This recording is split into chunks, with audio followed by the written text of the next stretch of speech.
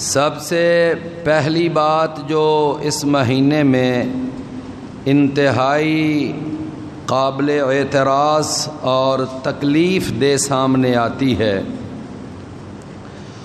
وہ یہ ہے کہ شرک بڑی ہی تگ و دو کے ساتھ اور بہت زیادہ تھوک کے حساب سے شرک جو ہے اس کو اس میں پھیلایا جاتا ہے. یعنی وہ جو اللہ تعالیٰ کے مجبور بے بس اور محتاج بندے ہیں ان کو حاجت روا مشکل کشا مختار کل کرنی بھرنی والے بنا کر لوگوں کے سامنے پیش کیا جاتا ہے، بلکہ کاغذ اور لکڑ کی پوجا کروائی جاتی ہے اور دلدل کو معبود کے طور پر لوگوں کے سامنے پیش کیا جاتا ہے. میرے پیارے بھائیوں، اللہ تعالیٰ کے سوا کسی اور کو ان اختیارات کا اور ان صفات کا مالک سمجھنا وہ صریحاً شرک ہے، اور شرک اتنا موذی مرض ہے اور اتنا بڑا گناہ ہے کہ اللہ تعالیٰ نے قرآن مجید میں ارشاد فرمایا ہے کہ ان اللہ لا یغفر ان یشرک بہ ویغفر ما دون ذلک لمن یشاء. فرمایا یاد رکھو اللہ تعالیٰ شرک کو کبھی معاف نہیں کرے گا. جس کی موت شرک پر آ گئی اس کے لیے قطعاً معافی نہیں ہے. شرک کے علاوہ کوئی مسلمان ہے اللہ اس کے اور جس گناہ کو چاہے گا اپنی رحمت سے معاف کر دے گا، لیکن جس کی موت شرک پر آ گئی اللہ تعالیٰ نے یہ قانون بیان کر دیا ہے کہ اس کے لیے معافی بالکل نہیں ہے. سورہ المائدہ 72 نمبر آیت ہے، فرمایا وَإِنَّهُ مَن يُشْرِكْ بِاللَّهِ فَقَدْ حَرَّمَ اللَّهُ عَلَيْهِ الْجَنَّةَ وَمَأْوَاهُ النَّارُ وَبِئْسَ الْمَصِيرُ. کہ یاد رکھو جس آدمی نے بھی شرک کیا، وہ شرک کرنے والا کوئی حاکم ہو یا محکوم ہو، وہ کوئی پیر ہو یا کوئی مرید ہو، کوئی عربی ہو یا عجمی ہو، کوئی اسود ہو یا احمر ہو، مرد ہو یا عورت ہو، کوئی نبی زادہ ہو، رسول زادہ ہو یا سید زادہ ہو، فرمایا جو بھی شرک کرے گا اس کے لیے فقد حرم اللہ علیہ الجنہ، اللہ نے اس کے اوپر جنت کو حرام کر دیا ہے. وَمَأْوَاهُ النَّارُ، اور اس کے لیے جہنم کو واجب کر دیا ہے، اور یہ جہنم بڑی ہی بری جگہ ہے. لہذا شرک کے بارے میں اللہ نے اتنی تنبیہات قرآن مجید میں بیان فرمائی. 7واں پارہ ہے، سورۃ الانعام ہے. اللہ نے 18 پیغمبروں کا ایک ہی مقام پر تذکرہ فرمایا. بڑے بڑے جلیل القدر پیغمبر جناب ابراہیم علیہ السلام، جناب اسحاق اور یعقوب علیہ السلام، جناب موسیٰ اور عیسیٰ علیہ السلام، جناب داؤد اور سلیمان، یعنی 18 پیغمبروں کا ایک جگہ تذکرہ فرما کر اللہ نے آخر میں ارشاد فرمایا وَلَوْ أَنَّهُمْ أَشْرَكُوا لَحَبِطَ عَنْهُمْ مَا كَانُوا يَعْمَلُونَ. اگر یہ بڑی بڑی جلیل القدر ہستیاں اور یہ بخشی ہوئی روحیں اور یہ یعنی سب سے افضل ترین انسان دنیا کے اندر اگر یہ لوگ بھی شرک کا ارتکاب کرتے، فرمایا اللہ ان کے بھی وہ تمام اعمال صالحہ کو ضائع کر دیتا اور یہ لوگ بھی کبھی فلاح نہ پا سکتے. لہذا جہاں اتنے بڑے بڑے انبیاء کا یہ معاملہ ہے، میرے بھائیوں، میں اور آپ ہم کس باغ کی مولی ہیں اور ہم کس تالاب کی مچھلی ہیں؟ کیا اگر ہم لوگ شرک کریں تو ہمیں کھلی چھٹی ہے، کرے غیر گر بت کی پوجا تو کافر، جو ٹھہرائے بیٹا خدا کا تو کافر، کواکب میں مانے کرشمہ تو کافر، مگر مسلمان پر کشادہ ہیں راہیں، پرستش کریں وہ شوق سے جس کی چاہیں۔ یہ شرک جو ہے اتنا نامراد گناہ ہے۔ میرے پیارے بھائیوں، آپ دیکھیے کہ اس مہینے کے اندر یہ کتنا بڑا پرچار کیا جاتا ہے۔ اللہ اکبر، جناب حسین رضی اللہ عنہ اللہ کے نبی کے نواسے ہیں اور سیدنا علی کے لخت جگر ہیں، سیدہ فاطمہ رضی اللہ عنہا ان کے جگر گوشے ہیں اور مسلمانوں کے عظیم سردار ہیں، اہل جنت کے نوجوانوں کے سردار ہیں۔ یہ ساری ان کی عظمتیں فضیلتیں اپنی جگہ برقرار ہیں، لیکن یہ عقیدہ رکھنا کہ جو تیرے مقدر میں نہیں ہے، جو تجھے اللہ سے نہیں مل رہا، وہ تو حسین سے مانگ، حسین وہ تجھے دینے پہ قادر ہے۔ میرے بھائیوں، اتنا بڑا شرک، اس سے بڑا شرک اور کیا ہو سکتا ہے کہ جو تیرے مقدر میں نہیں وہ حسین سے مانگ، اللہ تعالیٰ معاف فرمائے۔ اس کا معنی یہ ہوا کہ جناب حسین وہ تو اللہ سے بھی آگے بڑھ گئے نا، وہ تو اللہ سے بھی آگے نکل گئے۔ اور میرے پیارے بھائیوں، یہ دیکھیے کہ ایک طرف تو ان بڑے بڑے جناب علی، جناب حسن، جناب حسین،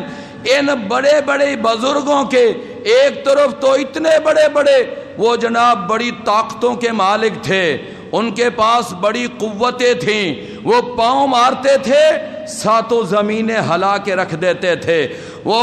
یعنی سدرۃ المنتہا سے لے کر وہ تحت الثری تک ایک ایک ذرے کے اوپر ان کا کنٹرول تھا اور وہ سیاہ و سفید کے مالک تھے۔ ایک طرف تو یہ باتیں لوگوں کے سامنے بیان کی جاتی ہیں اور دوسری طرف ذرا تضاد بیانی کا انداز دیکھیے کہ وہ بڑے ہی بے کس تھے، بڑے مظلوم تھے،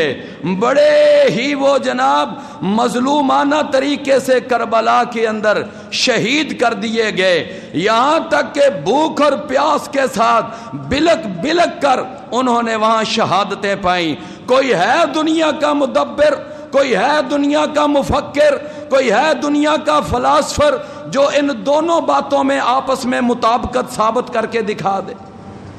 کہ ایک طرف تو ان کو سب طاقتوں کا مالک کہا جائے اور دوسری طرف ان کو دنیا کا سب سے مظلوم ترین قرار دیا جائے؟ یہ کیسی عجیب تضاد بیانی ہے۔ تو میرے پیارے بھائیوں، اصل بات یہ ہے کہ ساری قوتوں کا مالک، ساری طاقتوں کا مالک، حاجت روا، مشکل کشا، مختار کل، کرنی برنی والا صرف ایک اللہ وحدہ لا شریک ہے۔ باقی ہم سارے وہ نبی ولی کیا، پیر پیغمبر کیا، سائیں قلندر کیا، جن فرشتے کیا، سب کے سب اللہ کے سامنے محتاج ہیں اور بے بس ہیں۔ اللہ تعالی جناب سیدنا حسین رضی اللہ عنہ اور ان کے دیگر افراد کی شہادتیں قبول فرمائے، ہم ان کی شہادت کے معترف ہیں۔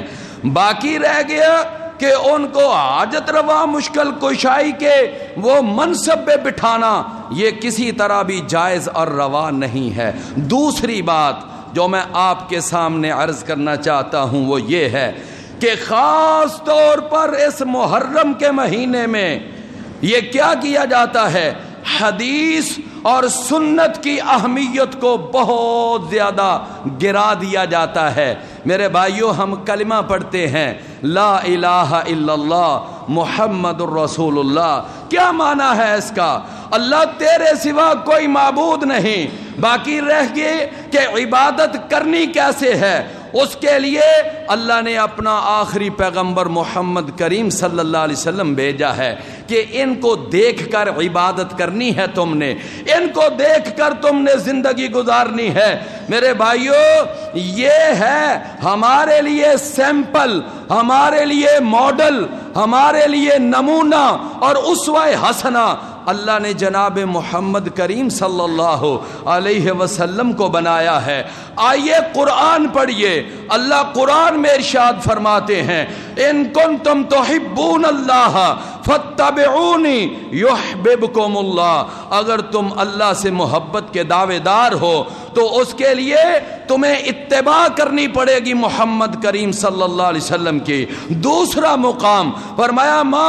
آتاکم الرسول فخذوہ وما نہاکم عنہ فانتہوا واتقوا اللہ ان اللہ شدید العقاب، جو رسول تم کو دے وہ لے لو، جس سے منع کرے اس سے رک جاؤ۔ تیسرا مقام وما کان لمؤمن ولا مؤمنۃ اذا قضى اللہ ورسولہ امرا، فرمایا ان یکون لہم الخیرۃ، کسی مومن آدمی کو، مومن عورت کو یہ بات زیب نہیں دیتی کہ اللہ اور اس کے رسول کا حکم آ جائے اس کے بعد پھر وہ چون چرا کریں، وہ لیکن شیکن کا سہارا لیں، چونکہ چنانچے کا وہ سہارا لیں، نہیں، اللہ اور اس کے رسول کی بات آ گئی، سمعنا واطعنا، یہ ان کی زبان پہ ہونا چاہیے۔ اور اسی طرح چوتھا مقام فرمایا کہ جو آدمی بھی لقد کان لکم فی رسول اللہ اسوۃ حسنہ لمن کان یرجو اللہ والیوم الآخر، اللہ نے قرآن کے اندر کئی جگہ پر یہ مسئلہ ہمیں بیان کیا، تمہارے لیے نمونہ محمد کریم صلی اللہ علیہ وسلم ہے۔ کس میں؟ نماز میں، عقیدے میں، روزے میں، حج عمرے میں، درود وظیفے میں، شادی غمی میں، لباس حجامت میں، کاروبار لین دین میں، گھر کے ماحول میں، ہر معاملے میں تمہارے لیے نمونہ وہ محمد کریم صلی اللہ علیہ وسلم کی ذات گرامی ہے، ان کو دیکھ کر تم نے اپنی زندگی گزارنی ہے۔ لیکن یہاں کیا کیا جاتا ہے؟ حدیث سے بے نیاز ہو کر، سنت سے بے نیاز ہو کر حدیث کی صحت کو نہیں دیکھنا، یہ حدیث صحیح بھی ہے یا نہیں صحیح، اس کے راوی کیسے ہیں، بس یہ راوی یوں کہتا ہے، راوی یہ بیان کرتا ہے، کوئی پتہ نہیں راوی عادل ہے یا غیر عادل ہے، راوی ثقہ ہے یا غیر ثقہ ہے، راوی ہے کیسا، لیکن یہ بس روایت میں یوں آیا ہے۔ جی محدثین کی نہ سنو، بس قلندر کی بات سنو، یہ جو ہے نا علماء ان کی بات نہ سنو، بس فقیر کی بات سنو، یہ انداز اختیار کیا جاتا ہے، یعنی حدیث کی اہمیت کو گھٹا کر اپنے بنائے ہوئے من گڑت واقعات، من گڑت قصے، من گڑت کہانیاں وہ سنا کر لوگوں کو پاگل کر دیا جاتا ہے۔ یہ اس محرم کے اندر یہ بڑا انداز اختیار کیا جاتا ہے، لیکن نہیں میرے بھائیوں، اللہ رب العزت نے ارشاد فرمایا ہے کہ اگر دین پہ آنا چاہتے ہو تو تمہیں رسول اللہ صلی اللہ علیہ وسلم کی حدیث پہ آنا پڑے گا، سنت پہ آنا پڑے گا۔ سورہ النور ہے، اللہ نے ارشاد فرمایا ان تطیعوہ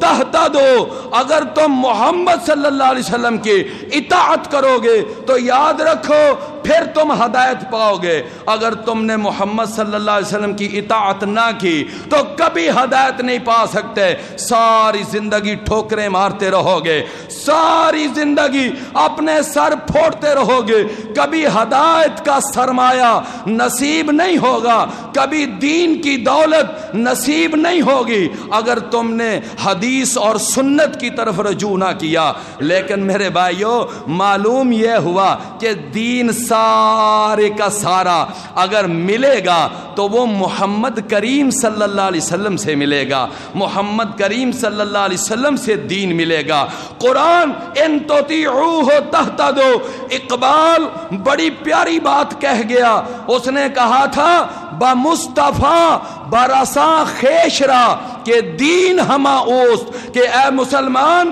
تو اپنے آپ کو محمد کریم صلی اللہ علیہ وسلم تک لے جا، اپنے ہر معاملے کو نبی صلی اللہ علیہ وسلم کی ذات سے دیکھ۔ کہتا ہے بمصطفیٰ برساں خیشرا کہ دین ہما اوست، گر تو با او نہ رسیدی تمام بو لہبی است۔ کہتا ہے بال جبریل کے اندر کہ اگر تو محمد صلی اللہ علیہ وسلم تک نہ لے کے گیا تو سمجھ لینا تو پھر ابو لہب کے طریقے پہ چل رہا ہے، تمام بو لہبی است۔ لہٰذا میرے بھائیو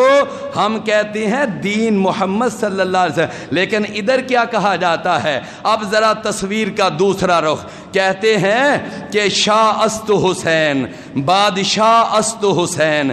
دین است حسین، دین پناہ است حسین۔ کہتے ہیں دین سارے کا سارا وہ ملے گا ہی حسین سے رضی اللہ عنہ۔ ہم سیدنا حسین ان کے بارے میں کوئی تنقیص والا لفظ نہیں استعمال کرتے، عزت اور احترام کی نگاہ سے دیکھتے ہیں، لیکن میرے بھائیو ہم یہ کہتے ہیں کہ دین کے لیے جو ہمارے لیے مرجع ہیں، جو محور ہیں، وہ محمد کریم صلی اللہ علیہ وسلم کی ذات گرامی ہے۔ آج یہی تو وجہ بنی، مسلمانوں کے اندر پھوٹ پڑی، فرقہ واریت پیدا ہوئی، ایک اٹھا اس نے کہا سارے کا سارا دین لینا ہے تو آؤ امام ابو حنیفہ کی طرف، امام ابو حنیفہ کی فقہ پڑھو، فقہ حنفیہ پڑھو، تمہیں سارا دین وہاں سے مل جائے گا۔ ایک دوسرا اٹھا اس نے کہا دین لینا ہے تو امام مالک کی فقہ پر آ جاؤ۔ تیسرا اٹھا اس نے کہا دین لینا ہے امام احمد بن حنبل کی فقہ پر آؤ۔ چوتھا اٹھا اس نے کہا دین لینا ہے امام شافعی کے مقلد بن جاؤ۔ او میرے پیارے بھائیو ہم نے کہا نہ، اگر دین لینا ہے تو تمہیں نہ امام ابو حنیفہ، نہ امام شافعی، نہ امام مالک، نہ امام احمد بن حنبل، نہ امام جعفر صادق، نہ امام باقر، نہ کوئی اور شخصیت، اگر دین ملے گا تو وہ محمد کریم صلی اللہ علیہ وسلم کی ذات سے ملے گا۔ میرے بھائیو یہ دوسری ایک بہت بڑی غلط فہمی اور قابل، اور تیسری بات کیا ہے؟ تیسری بات وہ یہ ہے کہ کائنات کے اندر سب سے اعلیٰ ہستیاں نبیوں رسولوں کے بعد اور سب سے زیادہ محترم ہستیاں، افضل ترین ہستیاں وہ کون ہیں؟ نبیوں رسولوں کے بعد وہ ہیں صحابہ کرام رضوان اللہ علیہم اجمعین۔ اللہ نے قرآن مجید میں ان کے تذکرے کیے ہیں، ان کے بارے میں قرآن میں آیتیں ہیں، فرمایا کنتم خیر امۃ اخرجت للناس تأمرون بالمعروف وتنہون عن المنکر وتؤمنون باللہ ولو آمن اہل الکتاب لکان خیرا لہم منہم المؤمنون واکثرہم الفاسقون۔ تم بہترین امت ہو، اللہ نے صحابہ کو بہترین امت قرار دیا۔ پھر اللہ نے قرآن میں ارشاد فرمایا السابقون الاولون من المہاجرین والانصار والذین اتبعوہم بإحسان رضی اللہ عنہم ورضوا عنہ وأعد لهم جنات تجری تحتها الانہار خالدین فیہا۔ اور پھر قرآن میں اللہ نے فرمایا لقد رضی اللہ عن المؤمنین اذ یبایعونک تحت الشجرہ۔ اللہ ان لوگوں پہ راضی ہو گیا، وہ 1400 افراد جو آپ کے دست مبارک پر بیعت کر رہے تھے، جہاد کی بیعت کر رہے تھے، فرمایا اللہ ان پہ راضی ہو گیا۔ میرے بھائیو قرآن مجید بھرا پڑا ہے صحابہ کرام کے فضائل پر، صحابہ کرام کی عظمتوں پر، ان کی رفعتوں پر، ان کے مناقب پر، بلکہ قرآن کہتا ہے فَإِنْ آمَنُوا بِمِثْلِ مَا آمَنْتُم آمنتم بہ فقد اہتدوا وان تولوا فانما هم فی شقاق۔ یاد رکھو اگر ہدایت پانا چاہتے ہو تو تمہیں اس طرح کا ایمان لانا پڑے گا جس طرح کا ایمان ابو بکر لائے تھے، جس طرح کا ایمان عمر فاروق لائے تھے، جس طرح کا ایمان عثمان غنی لائے تھے، جس طرح کا ایمان حیدر کرار لائے تھے، جس طرح کا ایمان عبد الرحمن بن عوف لائے تھے، ابو عبیدہ بن جراح لائے تھے، سعد بن ابی وقاص لائے تھے، سعید بن زید لائے تھے، جس طرح طلحہ بن عبید اللہ یہ ایمان لائے تھے، اس طرح کا ایمان لاؤ گے تو اللہ کے ہاں تمہارا ایمان تب قبول کیا جائے گا، ورنہ تمہارا ایمان اللہ کے ہاں ریجیکٹڈ ہے، مسترد ہے۔ اللہ نے تو ان کے ایمان کو سٹینڈرڈ قرار دے دیا، اور آج ہم ان کے ایمان پر باتیں کریں اور ہم یہ کہیں نعوذ باللہ وہ تو اوپر سے کلمہ پڑھنے والے تھے، اوپر سے اسلام قبول کیا تھا، اندر سے غدار تھے، اندر سے منافق تھے، اندر سے دھوکے باز تھے، نعوذ باللہ۔ بڑی بڑی باتیں، بڑی بڑی زبانیں بولی جاتی ہیں صحابہ کرام پر، یہ انتہائی نازیبا قسم کا انداز ہے، بڑا تکلیف دہ انداز ہے۔ وہ افراد، وہ صحابہ جن کی بدولت ہمیں دین ملا، وہ صحابہ جنہوں نے اس دین کو پوری دنیا پر غالب کرنے کے لیے بنیاد رکھ دی، وہ صحابہ جو بخشے ہوئے رسول اللہ صلی اللہ علیہ وسلم کی زبان مبارک سے جن کو جنت کی خوشخبریاں ملی، آج ہم ان صحابہ کے ایمان پر باتیں کریں۔ اور میرے بھائیو، جناب ابو بکر رضی اللہ عنہ ایک دفعہ بیٹھے ہوئے ہیں، اللہ کے رسول مقصد تو جنت میں جانا ہے، وہ کسی بھی دروازے سے چلے جائیں، لیکن ویسے ایک بات پوچھ رہا ہوں، کوئی ایسا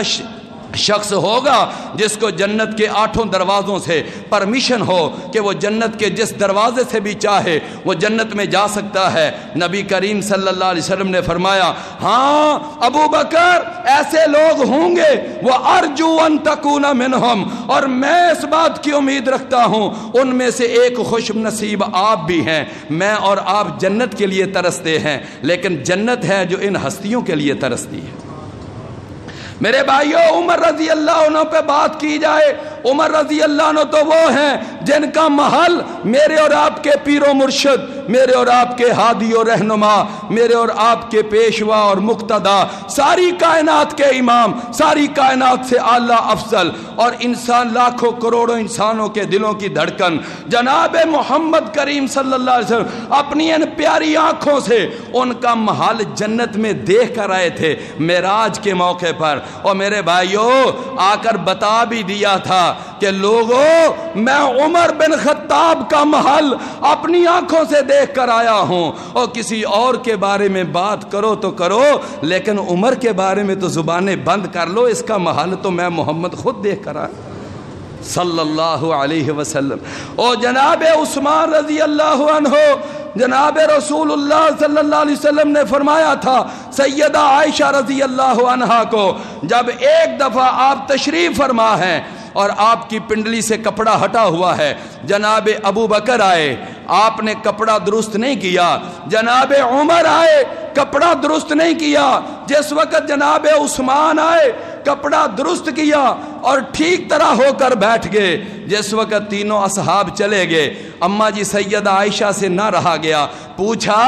کہ اللہ کے رسول، میرے ابا جی آئے، آپ اسی طرح بیٹھے رہے، حفصہ کے ابا جی آئے، اسی طرح بیٹھے رہے، جب عثمان آئے آپ نے کپڑا بھی درست کیا، آپ سیدھے ہو کر بیٹھ گئے۔ فرمایا ایسا کیا معاملہ؟ فرمایا عائشہ، یہ عثمان وہ عظیم ہستی ہے کہ اما استحیی من رجل تستحیی منہ الملائکۃ، یہ وہ عظیم انسان ہے کہ جس کی حیا اللہ کے فرشتے بھی کرتے ہیں، میں اس کی حیا نہ کروں؟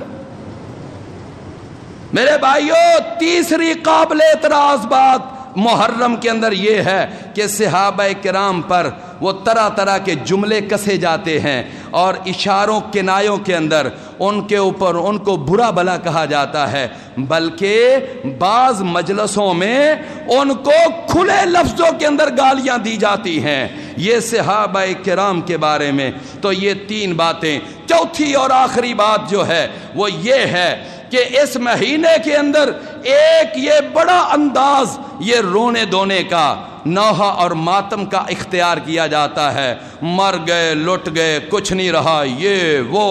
یعنی یہ انداز اختیار کیا جاتا ہے نوحہ اور ماتم کا۔ اللہ کا قرآن دیکھ لو، پڑھ کر دیکھ لو، اللہ کا قرآن تو یہ کہتا ہے یا ایھا الذین آمنوا اصبروا، یا ایھا الذین آمنوا اصبروا وصابروا ورابطوا لعلکم تفلحون۔ اور پھر قرآن یہ کہتا ہے یا ایھا الذین آمنوا استعینوا بالصبر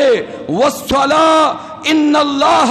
مع الصابرین۔ پھر قرآن یہ کہتا ہے واستعینوا بالصبر والصلاۃ وانھا لکبیرۃ الا علی الخاشعین۔ پھر قرآن یہ کہتا ہے الا الذین آمنوا وعملوا الصالحات وتواصوا بالحق وتواصوا بالصبر۔ اور پھر قرآن یہ کہتا ہے وَلَنَبْلُوَنَّكُمْ بِشَيْءٍ مِّنَ الْخَوْفِ وَالْجُوعِ وَنَقْصٍ مِّنَ الْأَمْوَالِ وَالْأَنفُسِ وَالثَّمَرَاتِ وَبَشِّرِ الصَّابِرِينَ۔ قرآن تو بھرا پڑا ہے صبر کی آیات کے ساتھ۔ میرے اور آپ کے پیارے پیغمبر جناب محمد کریم صلی اللہ علیہ وسلم نے اپنے پیارے پیارے لبوں سے، میٹھی زبان سے یہ بات ارشاد فرمائی، فرمایا کہ من ضرب الخدود وشق الجیوب ودعا بدعوى الجاہلیہ لیس منا، وہ شخص ہم میں سے نہیں جو غم کے موقع پہ، پریشانی کے موقع پہ اپنے رخسار پیٹتا ہے، اپنے گریبان چاک کرتا ہے، جاہلیت کی پکارتا ہے، اس کا ہمارے ساتھ کوئی تعلق نہیں، پتہ نہیں وہ کن لوگوں سے تعلق رکھتا ہے۔ نبی صلی اللہ علیہ وسلم نے فرمایا 4 چیزیں ایسی ہیں میری امت کے اندر وہ آخر تک قائم رہیں گی۔ وہ 4 چیزیں کون سی ہیں؟ نمبر 1 اپنے خاندانی حسب نسب پہ فخر کرنا، نمبر 2 کسی دوسرے کی ذات پات پہ تنقید کرنا، تان کرنا، نمبر 3 فرمایا یہ جو ہے نا ستارے ان سے بارش طلب کرنا، اور نمبر 4 آپ نے فرمایا نوحہ اور ماتم کرنا۔ رسول اللہ صلی اللہ علیہ وسلم نے فرمایا یہ جاہلیت کے کام ہیں، جاہلیت کے کام، یہ میری امت کے اندر قیامت تک باقی رہیں گے۔ لہذا میرے بھائیوں اسلام صبر کا حکم دیتا ہے اور بے صبری سے، جزا فضا سے اور نوحہ اور ماتم سے منع کرتا ہے۔ ابن ماجہ میں حدیث ہے رسول اللہ صلی اللہ علیہ وسلم نے فرمایا صوتان ملعونان عند اللہ، 2 آوازیں اللہ کے ہاں ملعون آوازیں ہیں۔ ایک آواز یہ موسیقی کی آواز، یہ گانے بجانے کی آواز، اور دوسری آواز آپ نے فرمایا نوحہ اور ماتم کی آواز۔ جب یہ محرم آتا ہے یہ چنگچیوں والے یہ بھی اپنی چنگچی پر یہ ماتم کی وہ جناب کیسٹیں لگائے پھرتے ہیں، کوئی ریڑی والا وہ اپنی ریڑی پہ کیسٹ لگا کے پھرتا ہے۔ اور میرے بھائیوں بسوں والوں کی بس نہیں چلتی جب تک وہ اپنی بس پر وہ نوحہ اور ماتم کی کیسٹ نہیں لگاتا، حالانکہ یہ ملعون آواز ہے۔ رسول اللہ صلی اللہ علیہ وسلم نے اس کو ملعون آواز قرار دیا ہے۔ اور میرے بھائیوں اسلام کو آپ کبھی سٹڈی کریں، اسلام تو صبر کا دین ہے، اسلام جرأت کا دین ہے، اسلام بہادری سکھاتا ہے، اسلام تو شہادتوں سے بھرا پڑا ہے۔ شہادتوں کے اوپر یہ فخر کیا کرتے تھے ہمارے اسلاف۔ سیدنا امیر حمزہ رضی اللہ عنہ جب شہید ہوتے ہیں احد کی جنگ میں اور ان کی لاش پڑی ہوئی ہے، جناب محمد صلی اللہ علیہ وسلم نے فرمایا ذرا مجھے تھوڑا سا سہارا دو، چونکہ آپ کو بڑے زخم لگے تھے اور آپ بے ہوش ہو کر گر پڑے تھے، آپ کے دندان مبارک شہید ہوئے تھے اور بڑی سخت چوٹیں آئیں۔ فرمایا مجھے چلا نہیں جا رہا مجھ سے، لیکن ذرا مجھے تھوڑا سا سہارا دو۔ سہارا دیا گیا۔ آپ نے فرمایا میں ان 70 قدوسی روحوں کو جا کر دیکھنا چاہتا ہوں، ان افراد کو جا کر ان کا میں زیارت کرنا چاہتا ہوں جو اسلام کے پودے کی آبیاری کے لیے اپنا خون دے کر چلے گئے ہیں۔ آپ اٹھے،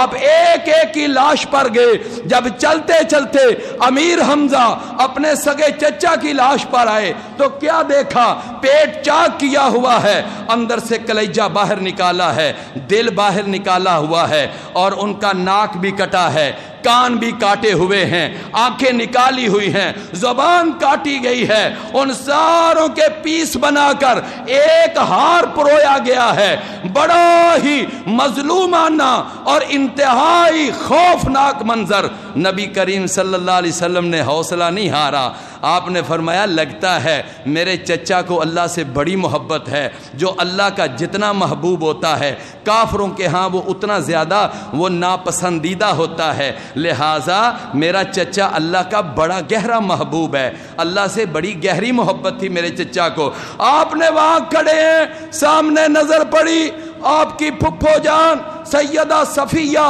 رضی اللہ عنہا، وہ تشریف لا رہی ہیں۔ آپ نے فرمایا میری پھپھو کو اور امیر حمزہ کی بہن کو پیچھے روک دو، ان کو آگے نہ آنے دینا۔ پوچھا کیا بات ہے؟ کہا اس لیے کہ جب آ کر اپنے بھیا کی لاش کو اس انداز میں دیکھے گی، بہن ہونے کے حوالے سے صبر نہیں کر پائے گی، برداشت نہیں کر پائے گی، کوئی بے صبری کا مظاہرہ نہ کر بیٹھے، میرے چچا کے درجات میں کہیں کوئی کمی نہ واقع ہو جائے، میری پھپھو کو پیچھے روک دو۔ سیدہ صفیہ تک آواز چلی گئی، کہا کہ میرے بھتیجے آپ مجھے اجازت دے دیں، آپ منع نہ کریں، میں آؤں گی اپنے بھائی کی لاش پہ، مجھے آپ نے تربیت کی ہے، آپ نے بتایا ہے کہ موتوں کے اوپر، شہادتوں کے اوپر، مصائب کے اوپر، تکالیف کے اوپر صبر کیا جاتا ہے، جزا فضا نہیں، نوحہ اور ماتم نہیں، میں آ کر صبر کر کے دکھاؤں گی۔ سیدہ صفیہ کو اجازت ملی، آگے آئیں، کہنے لگیں کہ میرے بھتیجے آپ مجھے روک رہے تھے، میں تو جھومتی ہوئی آ رہی تھی کہ اللہ نے مجھے ایک شہید کی بہن ہونے کا اعزاز عطا کر دیا۔